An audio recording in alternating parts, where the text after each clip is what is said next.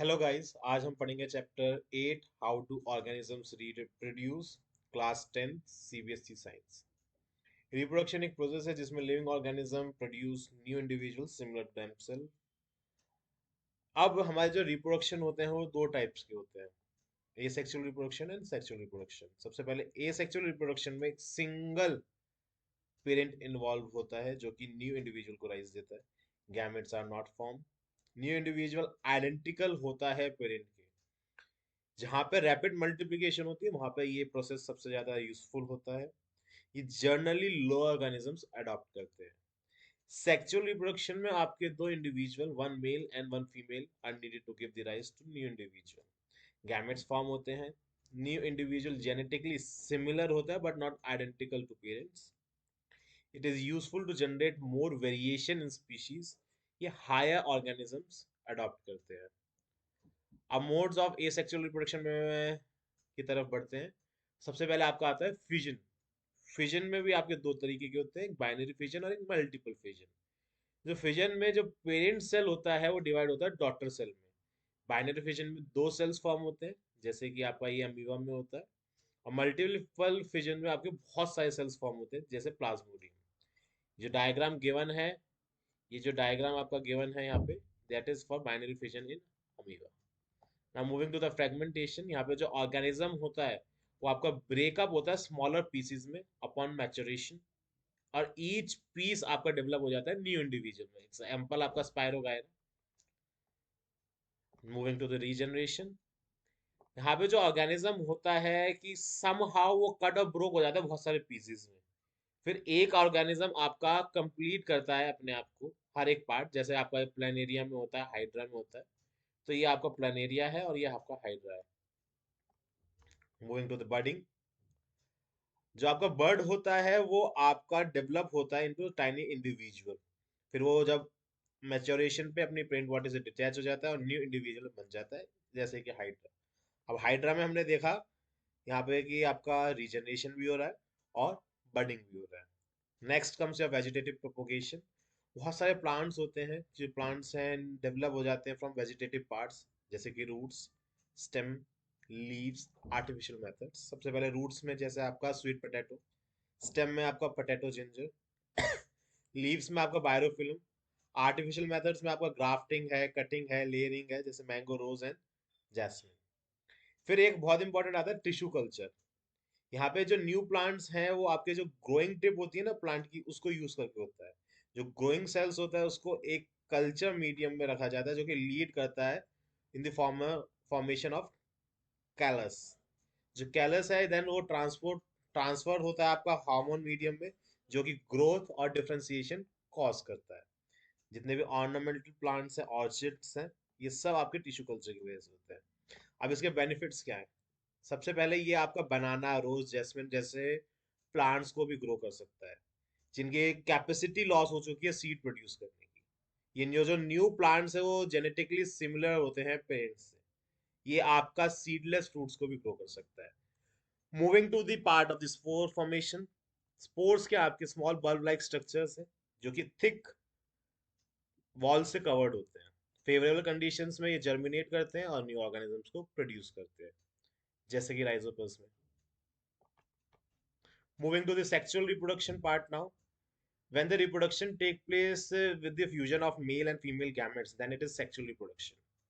जो sexual reproduction plants में होती है उसमें जो फ्लावर्स होते हैं वो रिप्रोडक्टिव प्लांट्स के आपके आपस में फ्यूजन करते हैं। जो आपका टिपिकल फ्लावर है उसके अंदर फोर मेन, नेमली आपका सेपल्स, पेटल्स और स्टेमन और पिस्टल प्रेजेंट होते हैं। अब दो तरीके के मेरे फ्लावर्स होते हैं, बायोसेक्सुअल फ्लावर और यूनिसेक्सुअल।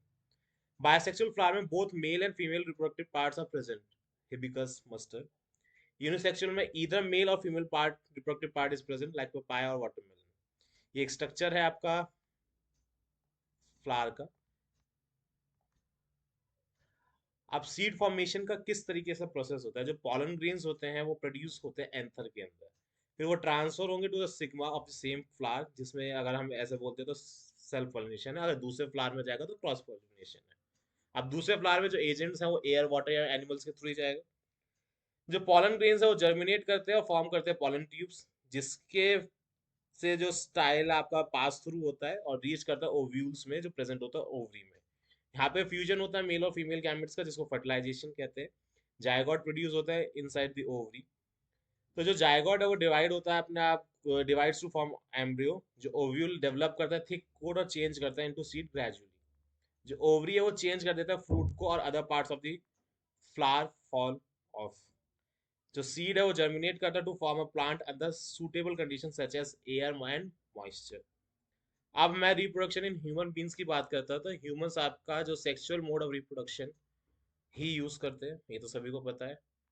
अब सेक्सुअल मैच्योरेशन पे आपका क्या होता है, जो पीरियड ऑफ लाइफ है वो आपके जर्म सेल्स लाइक ओवा in female and sperms in male produce करते हैं, स्टार्ट कर देते हैं बॉडी के अंदर। जो सेक्सुअल मैच्योरेशन को हम बोलते हैं प्यूबर्टी। अब प्यूबर्टी के अंदर क्या चेंजेस आते हैं, कॉमन चेंजेस क्या है मेल एंड फीमेल में? थिक हेयर ग्रोथ होगी आर्मपिट्स और जेनिटल एरिया में। स्किन आपकी ऑयली और कुछ पिंपल्स आ सकते हैं। गर्ल्स में ब्रेस्ट साइज इंक्रीज हो जाता है, गर्ल्स मेंस्ट्रुएट करना स्टार्ट कर देती है। बॉयज में आपकी जो वॉइस है वो क्रैक हो जाती है और थिक हेयर ग्रोथ फेस पे आ जाती है। Now we will study about the male reproductive part. Male reproductive part आपका टेस्टिस। आप पेयर ऑफ टेस्टिस लोकेट होता है आपका स्क्रॉटम में, जो कि आपका प्रेजेंट होता है आउटसाइड द एब्डोमिनल कैविटी। अब इसको एक लोअर टेम्परेचर की जरूरत होती है टू प्रोड्यूस दिस स्पर्म, इसलिए आपका ये आउटर पार्ट में होता है और आउटसाइड द बॉडी होता है एक तरीके से। जो मेन मेल जर्म सेल है स्पर्म, वो वहां पे फॉर्म होता है। टेस्टिस आपका male sex hormones testosterone produce करता है। अब उसका फंक्शन क्या है, टू प्रोड्यूस स्पर्म्स और चेंजेस लाना प्यूबर्टी के टाइम पे। फिर वेस्ट डिफरेंस आपका क्या है, ये स्पर्म को पास करेगा टेस्टिस से यूरेथ्रा में। यूरेथ्रा एक आपका कॉमन पैसेज है जहाँ पे स्पर्म्स और यूरिन दोनों जाते हैं। ये एक आपका आउटर कवरिंग होता है पेनिस का। अब आपके एसोसिएटेड ग्लैंड्स होते हैं, सेमिनल वेसिकल्स, प्रोस्टेट ग्लैंड, जो कि ऐड करता है सेक्रीशन टू द स्पर्म्स को। जो फ्लूइड प्रेजेंट होता है वो नरिशमेंट ऑफ स्पर्म्स के लिए होता है, जिससे कि ट्रांसपोर्टेशन इजी हो जाए। Sperm along with secretion of glands about the form करता है semen. Moving to the female reproductive part, उसमें सबसे पहले ओवरी आता है। ओवरी आपका प्रेजेंट होता है, लोकेटेड होता है in both sides of the abdomen. जो female germ cell like eggs produce होते हैं at the time of the birth of the girl. Thousands of immature eggs आपके प्रेजेंट होते हैं ओवरी में। On the onset of the puberty, जो आपकी these eggs होते हैं ये मैच्योर होना स्टार्ट हो जाते हैं। जब एक एग प्रोड्यूस होता है every month by the one of the ovaries, फिर आपका आता है ओविडक्ट, जिसे हम फैलोपियन ट्यूब भी बोलते हैं। ये एग्स को प्रोड्यूस करता है बाय ओवरी और ट्रांसफर करता है यूरेट्रस में।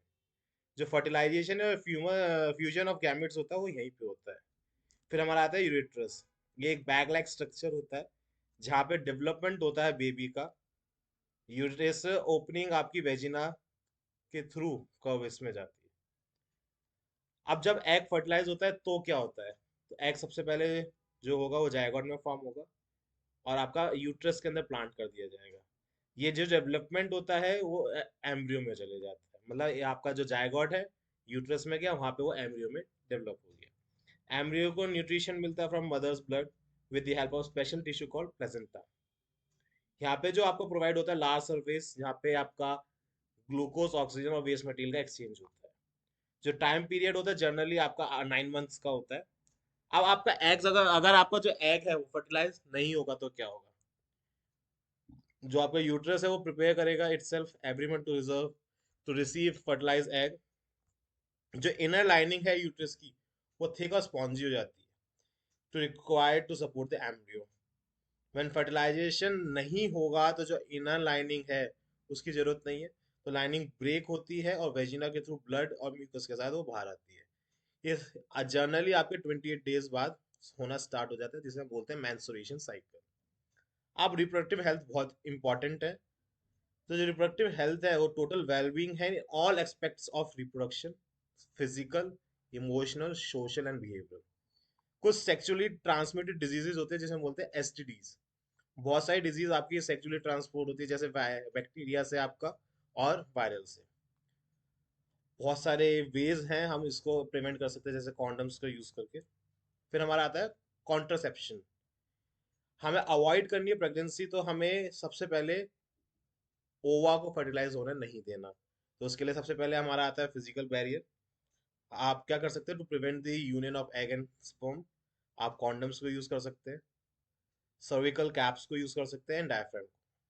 केमिकल आपके ओरल पिल्स, ये आपका जो चेंज करना hormonal balance of the body so that eggs do not release, इसके साइड इफेक्ट्स भी हो सकते हैं। कॉपर टी और लूप आप बेस कर सकते हैं यूट्रस में to avoid the pregnancy. Surgical methods हैं, आप फेलोपियन ट्यूब्स को ब्लॉक कर सकते हैं, वेस्ट डिफरेंस को ब्लॉक करा सकते हैं। अब बहुत इंपॉर्टेंट चीज, इस सोशल मैसेज भी है, female foeticide, practice of killing female inside the worm is female foeticide, जो कि सबसे गंदा काम है इस दुनिया में। हेल्दी सोसाइटी के लिए, बैलेंस सेक्स रेशियो के लिए हमें एजुकेट करना होगा पीपल को, ताकि फीमेल फिशिसाइड जैसी माल प्रैक्टिस खत्म हो। होप आपको ये चैप्टर समझ में आया होगा। नहीं आया तो कमेंट कर दीजिए, कोई डाउट है तो आपका। वीडियो को लाइक कीजिए, शेयर कीजिए, चैनल को सब्सक्राइब कीजिए। वर्कशीट्स चाहिए, क्वेश्चन बैंक चाहिए, प्रैक्टिस पेपर चाहिए, सैम्पल पेपर चाहिए, तो टेलीग्राम का हमारा एक ग्रुप है, उसका लिंक मैंने डिस्क्रिप्शन पे दे दिया है, you can join that. Thank you.